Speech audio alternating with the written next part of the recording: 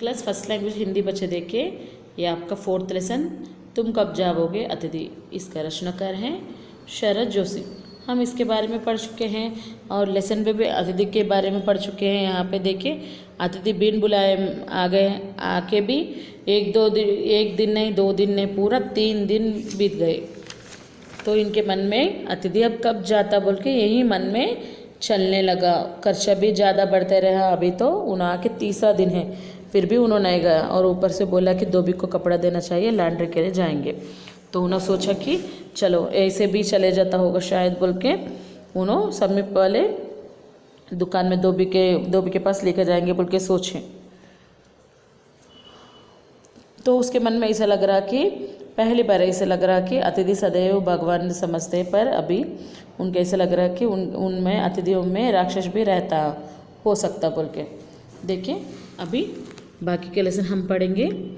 किसी लॉन्ड्री पर दे देते हैं, जल्दी धुल जाएंगे, मैंने कहा। मन ही मन एक विश्वास पल रहा था कि तुम्हें जल्दी जाना है। तो उन्होंने बोला जल्दी भी लॉन्ड्री में दे देंगे तो जल्दी ही कपड़ा धुल जाएंगे, जल्दी कपड़ा धुल जाए तो जल्दी चले जाता होगा बोल के सोचा। अतिथि जल्दी चले जाता बोल के। पर यहाँ क्या हुआ, कहाँ है लॉन्ड्री, चलो चलते हैं। तो उन्होंने बोला कहाँ है लॉन्ड्री, चलो चलते। मैंने कहा और अपनी सहज बनियान पर औपचारिक कुर्ता डालने लगा। घर में क्या पहनते, काली बनियान पहनता, बनियान के ऊपर ना बनियान के साथ रहता ना घर में।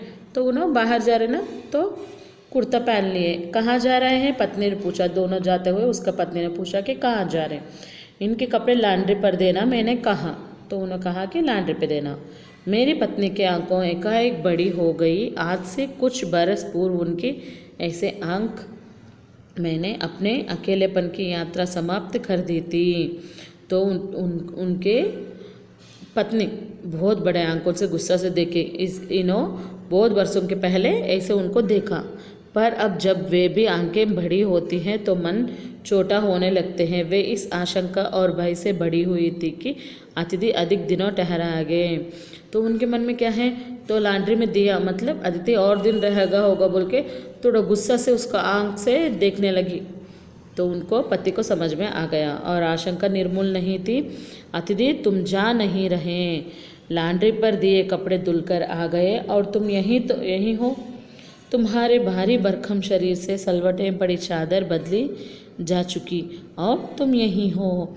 देखिए कपड़े लॉन्ड्री से धुल के भी आ गए, पर अतिथि नहीं है। अतिथि नहीं गया, उन अभी भी यहीं पर हैं। और तुम्हारे भारी भरकम शरीर से, इतना भारी शरीर से तुम जिस चादर पे सो चुके हैं वो भी अभी धुल चुका है, बदल भी गया है। तुम्हें देखकर फुट पड़ने वाले मुस्कुराहट धीरे धीरे फीकी पड़कर अब लुप्त हो गए हैं। तुम्हें देख के है जो हंसे हमारे मुंह पे नहीं है वो लेके आके हम हंसते रहते ना, फूट फूट के हंसते ना, वो धीरे धीरे फीकी होने भी लगा। टहकों के रंगीन गुब्बारे जो कल तक इस कमरे के आकाश में उड़ते थे अब दिखाई नहीं पड़ते हैं। टहकों के रंगीन गुब्बारे, देखो रंगीन गुब्बारे उड़े तो कितना अच्छा दिखता ना, ऐसे जो आकाश में उड़ते वक्त कितना अच्छा दिखता था वो अभी उनको नहीं लग रहा। बातचीत की उछलती हुई गेंद चर्चा के क्षेत्र के सभी खानों से टप्पे खाकर फिर सेंटर में आकर चुप पड़ी थी। बातचीत करते हुए उनके चर्चे जो भी हैं वो क्या हुआ, टप कर फिर सेंटर के आकर पड़ चुकी हैं। पहले कितना अच्छा रहता, अभी बात करें तो बात करने का मन भी नहीं है उसको। अब इसे न तुम हिला रहे हो न मैं, अभी इसे हम कुछ भी नहीं कर सक रहे। कल से मैं उपन्यास पढ़ रहा हूँ और तुम फिल्मी पत्रिका पढ़ने रहे हो। शब्दों का लेन देन मिट गया और चर्चा के विषय छुप गया। तो देखिए कल से क्या हुआ, पहले दिन तक बातचीत बहुत कर रहे थे। कल से क्या हुआ, इन्हें उपन्यास पढ़ रहा है और इन्हें फिल्म पत्रिका, उपन्यास उन्हें पढ़ रहा है, इन्हें फिल्म पत्रिका। मतलब देखो अभी हमको अतिथि आया 1-2 दिन हुआ, हम कितना अच्छे से हालचाल पूछते, बात करते। चलो 4-5 दिन की जगह क्या करते, जिसका काम है उन्हें लग जाता रहा। तो उन्हें भी यहाँ पे उपन्यास पढ़ रहा है, इन्हें फिल्मी चित्र देख रहा है। परिवार, बच्चे, नौकरी, फिल्म, राजनीति, निर्देशक, तबादले, पुराने दोस्त, परिवार नियोजन, महंगाई, साहित्य और यहाँ तक कि आंख मार कर हमने पुराने पत्रिकाओं का भी जिक्र कर लिया। और अब एक चुप्पी है। तो देखो इन्होंने क्या करा, पूरा पत्रिका पढ़ लिया है। पत्रिका, बच्चे, नौकरी, फिल्मों का जो न्यूज़पेपर में रहता है ना, वो सब पढ़ चुके हैं। सौहार्द अब सेना सेन बोरियत में रूपांतरित हो रहे हैं। तो देखो उनका सहनशक्ति भी अभी कम हो गया है। भावनाएं गालियों का स्वरूप ग्रहण कर रही है, पर तुम जा नहीं रहे। अपने अंदर का जो भावना है, देखो इन अभी यहाँ पर बैठे ये वो बोल के सोच रहे ना, आज एक बार वो सब अभी गालियों का रूप धारण कर दिया। मतलब और ज़्यादा दिन रुके तो मुँह से गालियाँ निकलने वाले हैं, पर तुम जा नहीं रहे हो। किस अदृश्य गोद से तुम्हारा व्यक्तित्व यहाँ चिपक गया है, मैं इस भेद को सपरिवार नहीं समझ पा रहा हूँ। बार बार यह प्रश्न उठ रहा है, तुम कब जाओगे अतिथि। उनको ऐसा लग रहा है तुम कौन सा अदृश्य गोंद से यहाँ पे चिपक गया हो। मतलब नहीं जा रहे ना, चिपक के बैठे ना, इसलिए कौन सा अदृश्य गोंद से चिपक रहे हो। इस सपरिवार नहीं समझ पा रहा हूँ, मैं इसको समझ नहीं पा रहा हूँ। बार बार यह प्रश्न उसके मन में उठ रहा कि तुम कब जाओगे अतिथि। कल पत्नी ने धीरे से पूछा था, कब तक टिकेंगे। मैंने कंधे उचका दिया, क्या कह सकता हूँ, मैं तो आज खिचड़ी बना रही हूँ, हल्की रहेगी। तो उनका पत्नी ने पूछा, हल्लू से पूछा पत्नी ने, क्या पूछा और कब तक टिकेंगे यहाँ पे। मैंने कंधे उचक गए, कंधे उचक मतलब पता नहीं बोल के ऐसे बोले थे। मैं तो आज खिचड़ी बना रहा हूँ, हल्की रहेगी। तो उन्होंने बोला चलो डिनर लंच ये सब बहुत बना चुका है, अभी उन्हें थक गए। उन्हें बोल रहे मैं तो खिचड़ी तो हल्के में हो जाता ना, बहुत इजी हो जाता। उन्हें पूछी खिचड़ी पता, तो उन्हें बोला बनाओ। सत्कार की ऊष्म समाप्त हो रही थी, डिनर से चले थे खिचड़ी पर आ गए। देखो सत्कार, अतिथि सत्कार जो है वो अभी क्या हुआ, पहले डिनर थे रात में, अभी वो खिचड़ी पर आ गया। अब भी अगर तुम अपने बिस्तर को घोलकर रूप नहीं प्रदान करते तो हमें उपवास तक जाना होगा। देखिए पहले डिनर बनाया, अतिथि आए बोल के, अब तो उन लोग थक गए, अब खिचड़ी बनने लगा। अब भी अगर तुम नहीं गए तो, तुम्हारा बिस्तर गोल कर नहीं गए तो उपवास तक आ जाएंगे, उपवास आ गए तो नहीं बनाते। तुम्हारे मेरे संबंध एक संक्रमण के दौर से गुजर रहे हैं, तुम्हारे जाने का यह चरम क्षण है, तुम जाओ ना अतिथि। तो उन्होंने सोचा देखो पहले इतना अच्छा डिनर बना रहे थे तुमको, अभी खिचड़ी पर आ गया, और थोड़े दिन रहे तो हम लोग उपवास भी स्टार्ट कर देंगे, तो तुम्हारा ये बहुत क्या है, अच्छा नहीं लग रहा उसको। तुम जाने का यह चरम क्षण है, तो तुम अब भी चले गए तो अच्छा रहता। कब, ये खिचड़ी खाते वक्त तुम जाओ ना अतिथि। तो उन्हें सोच रहा अभी तुम चले गए तो अच्छा रहता, नहीं से और बहुत बुराई होगा। नेक्स्ट पेज में देखिए, तुम यहाँ अच्छा लग रहा है ना, मैं जानता हूँ दूसरों के यहाँ अच्छा लगता है, अगर बस चले तो सभी लोग दूसरे के यहाँ रहते। तो उन मन में सोच रहा अतिथि के बारे में, तुम्हें यहाँ अच्छा लग रहा है ना, हाँ मुझे पता है, किसी को भी दूसरों के घर में रहना बोले तो अच्छे रहते हैं,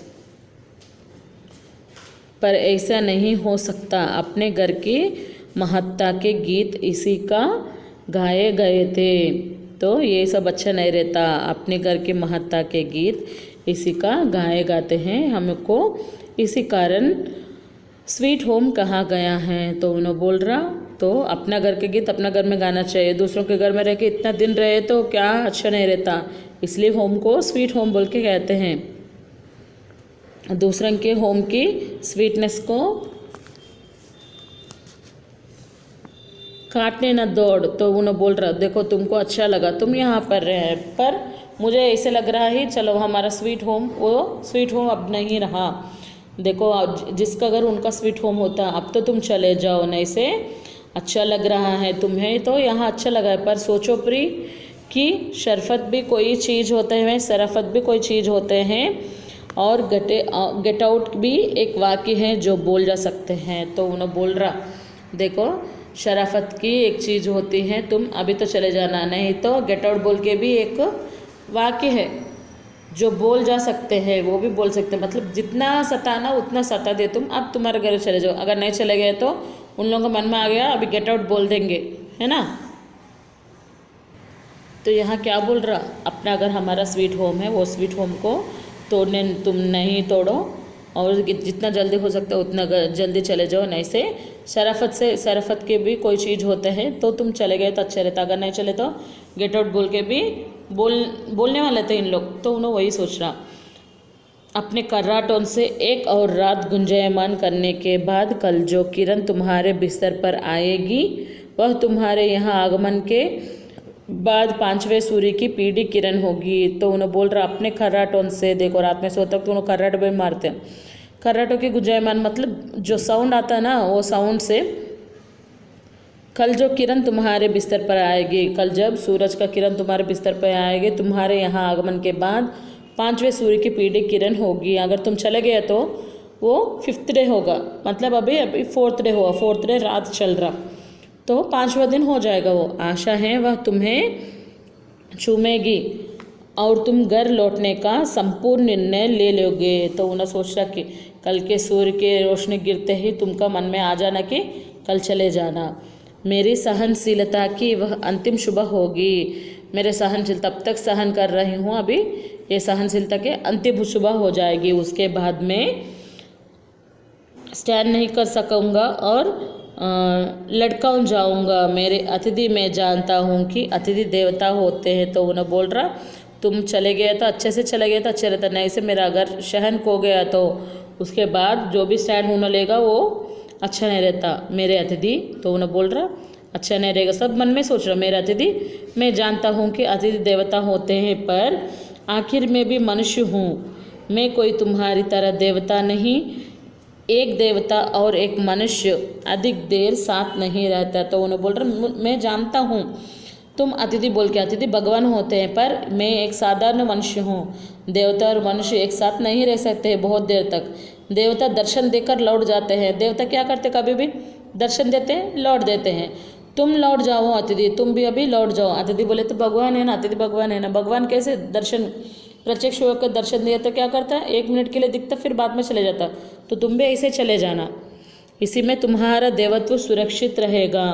तुम अगर ऐसे गए तो ही अतिथि मर्यादा अतिथि देवता का रहेगा। यह मनुष्य अपनी वाली पर उतरे उसके पूर्व तुम लौट जाओ। अगर मनुष्य अपना दिखाने देने तक तुम चले जाना। उफ तुम कब जाओगे अतिथि, उन्होंने सोचा उफ बोल के बोलते ही तुम कब जाओगे अतिथि। तो समझ में आया ना बच्चों, बिना बोल के किसी के घर गया तो उनके बारे में भी सोचना।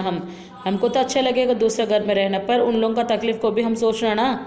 इतना तकलीफ दे रहे ना, इतना तकलीफ दे रहे तो उन्होंने भी अपने मन में इसे सोच रहा अतिथि के बारे में।